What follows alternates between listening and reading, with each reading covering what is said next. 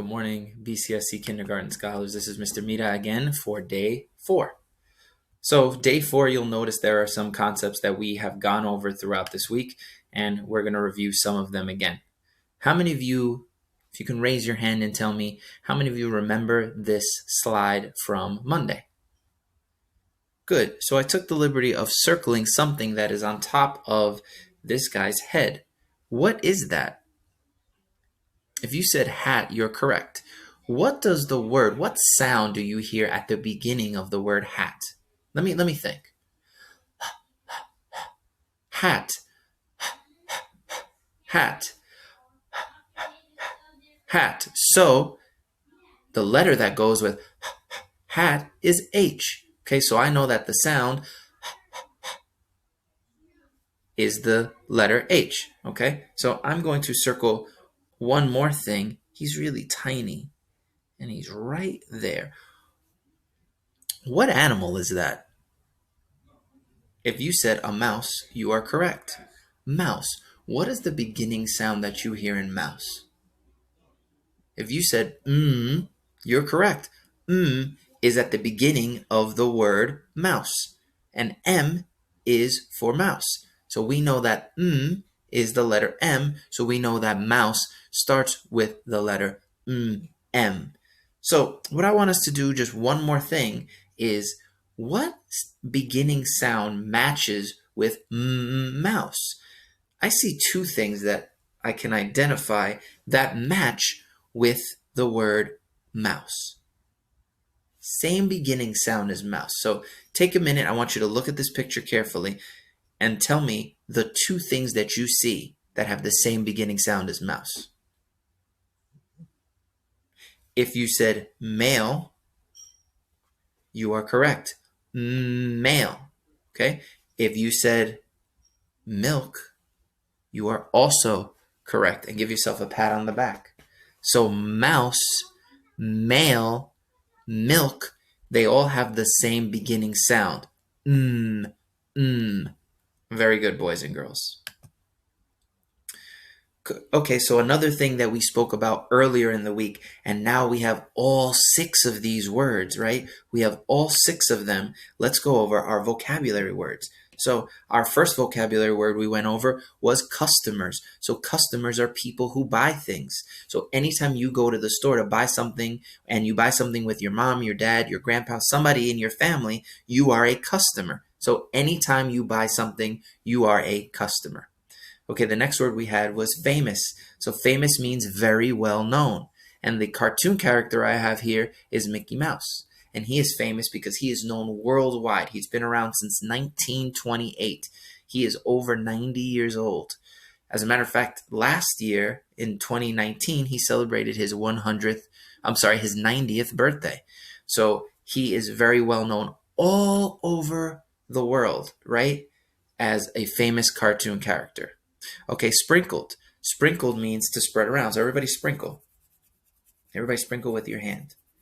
I know we've heard this word quite a few times because we read the story called Pizza at Sally's.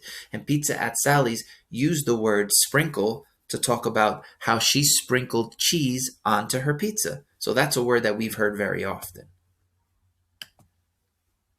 Okay, now we have our last 3 vocabulary words that we went over on day 2, and those 3 words are dough, perfect, and stretchy. Okay, so dough is flour, and not the flour that you pull from a garden and smell, not that kind of flour. Flour is this white powdery substance, so it's flour, okay, yeast, and water, and you mix it together. Remember, mix? We talked about how mix is an action verb, right? So we mix them all together and we make dough. Okay? And then the next word is perfect. Perfect means just right. So when we talk about the word perfect, and I put the picture of 100%, because when you get a perfect score on your test, you get a 100. That means nothing on it is wrong, right? So perfect means just right. And then the last word, which can be used with our dough that we made, is stretchy. Stretchy means you're able to be pulled apart like rubber. So grab your dough and stretch it out like rubber, right? And you could stretch it out. Stretch it out, okay? So dough, flour, yeast, and water mixed together. perfect, which means just right, and then stretchy, able to be pulled out like rubber. Okay, so those are our vocabulary words for this week. Okay, so the next page we talked about how we can categorize and classify things. That was our vocabulary strategy for the week. And we talked about how the two jobs on the top, the landscaper and gardener, and the person that works with seafood and works as like almost like a fisherwoman or fisherman, they work outside, right? And we had outside jobs and we had inside jobs. So we talked about, again, when you're taking a word and you're separating it and putting it into a category, right? So I talked about yesterday, we talked about my markers that I had, that they are in one category because they're all markers. But my two Expo markers, okay, I classify them as Expo markers used for dry erase boards. I put them in one category. And then my Crayola markers, I put them in another category because I use these for like schoolwork and artwork, okay? And I put those in a category by themselves. So classifying it, what are they and where can they go? So again, we had outdoor jobs. That means they work outside. And we had indoor jobs. Those are people that work indoors, right? Like a teacher is somebody that would work indoors. But if I was a construction worker, I would work outdoors. Okay, so just thinking about vocabulary strategies and thinking about how we can classify and categorize them. Okay, so we are going to read some poems. These poems are at the end of the book, Everybody Works. And you're going to see how they kind of tie together. And we're actually going to compare the poems with the other story that we read, Everybody Works. So let me click on that right now, and we will go, and I'll see you in a few seconds. Here I am, I'm back. So let's just wait for the story. So again, these are poems that are in the back of our big book that we just read called Everybody Works. And you're going to see that these are poems. These are traditional tales, right? So this one is a traditional tale that is from a fairy tale, from Germany. We learned a little bit about fairy tales in our first week. We know that they have fictional characters, they have magic characters, right? And they always kind of end on a happy note. So let's see what type of magical characters we see here. So it says, once upon a time, there lived a poor shoemaker and his wife. They had just enough leather for one pair of shoes. That means for two shoes, because one pair is two shoes. Tonight, I will cut the leather, said the shoemaker, and in the morning, I will sew the shoes together. The next morning, the shoemaker and his wife found a beautiful pair of shoes on their workbench. Wonder who did that. A customer liked the shoes so much that he paid twice the price. That means he paid double. So that means if the shoes cost $2, he paid double, which is $4. Okay? So the shoemaker used the money and he bought more leather. So the next morning, he left the leather out. He found two more pairs of shoes. And the husband and wife are going, who's helping us? The shoemaker and his wife wondered. We're going to stay up tonight, said the shoemaker's wife. And they hid and they waited. At midnight, two tiny elves, so here are the fantastical, magical characters. At midnight, two tiny elves, they tiptoed inside. They were dressed in tattered clothes and they didn't even wear shoes of their own. The elves made beautiful shoes and then they tiptoed out of the workshop. So the mystery has been solved. The shoes are being made by the elves. And even the title, The Shoemaker and the Elves. We knew that the elves were coming, and here they are. They're the ones that have been making the shoes. We must help these kind elves.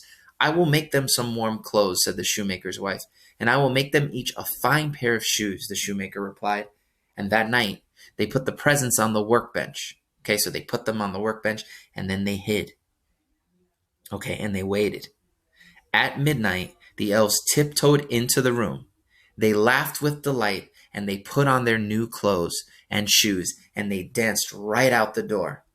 And the shoemaker and his wife lived happily ever after. Okay? So we saw how the fairy tale started, And we always saw how it ended happily ever after. That was something we definitely talked about, and you talked about with your teachers in the first week about fairy tales, how they always have happy endings. So the elves got clothes and new shoes, and they helped the shoemaker and his wife. Okay, now this is one that is a fable. So this is a little bit different. This fable is in the same category as the tortoise and the hare. And you guys probably listened to this with your teachers, again, that first week of school. Okay, so we know that we always learn a lesson and there's always a moral to the story. So let's listen to the lion and the mouse.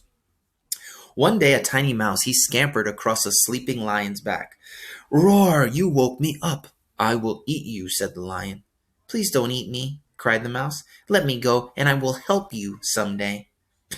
"How could you help me?" laughed the lion. "I may surprise you," said the mouse, and the lion actually let her go. One day, the lion went to look for food, and whoosh, a huge net dropped over him and scooped him up. The lion roared, I'm trapped! I'm trapped! Who will help me?" All the other animals nearby ran away in fear because they were afraid of the lion, boys and girls, because the lion probably tries to eat them sometimes. Except for the teeny tiny mouse. "I will help you," said the mouse. "How can you help me?" roared the lion. "You are so small." "I may surprise you," said the mouse.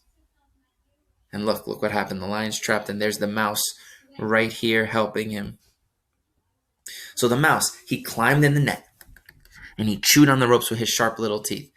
She chewed a big hole in the net. The lion was free. "You did surprise me," said the lion. "I laughed at your tiny size, but you helped me anyway. I have learned that even the smallest animal can help the greatest animal. Thank you."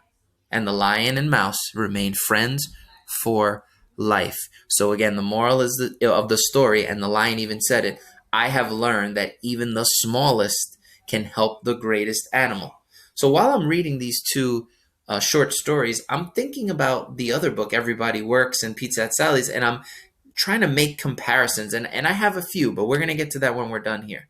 Okay, so we finished with our story, and now we're going to head back to our slideshow presentation.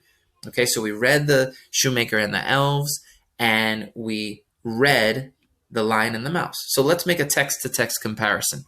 So in Everybody Works, which is the story in the middle, it was nonfiction and an informational text. Okay, this informational text showed us that everybody works and they do different things. They work indoors, they work outdoors, they create, they even volunteer, which again means that they help, which is what the mouse did. So when I'm thinking about the lion and the mouse, how he helped the lion, he didn't make any money from that. He was volunteering his services, and he volunteered and he helped. And the way he helped the lion, boys and girls, you tell me, how did the mouse help the lion? If you said that he bit the net to set him free, you're correct. And then I think about Everybody Works, and I'm making my text-to-text comparison. And in Everybody Works, I know that some people were volunteering. I'm going to think about this for a minute. I want you to think about it too. In the book, what were they volunteering for? I remember somebody was volunteering to teach somebody. Someone else was volunteering by helping somebody in the hospital. So those are ways that they volunteered in Everybody Works. Okay? Then I also think about The Shoemaker and the Elves. And I think about Everybody Works again. And in The Shoemaker and the Elves, which was a fairy tale, it's about a shoemaker and his wife, how they have a business and how they're making shoes. And then all of a sudden, overnight, their shoes are being made magically. Okay? They're working, right? Working just like everybody in the Everybody Works book, in that story, how they were all working there. So I look at both of them. Both of them are about work. Both of them have instances where people are helping others. In The Shoemaker and the Elves, it was of course, the elves helping the shoemaker. And in the story Everybody Works, we had people helping as well. So I know that they're similar because in both, they're about helping and they're both about jobs. What is different about them, though? What is different about Everybody Works and the Elves and the Shoemaker and the Lion and the Mouse? Think about that for a minute. if you said that Everybody Works gives information about real people who work, you're correct. And then if you said that the stories are about a mouse and some elves that work, you're correct. So the difference is that in Everybody Works, it's about real people working. And in the stories, it's about fictional characters like the mouse and the elves that are working. Okay, so you can make comparisons how they are the same because they're about working and helping, and how they are different because it is about Everybody Works is informational and it's about real people helping, and the stories are about elves and mice helping. Okay, boys and girls, so that's all that we have for today, and I look forward to seeing everybody tomorrow for day number. You know what? Why don't you tell me? What day is it tomorrow? All right. Tomorrow's day 5 and the last day of journeys. Bye, everybody.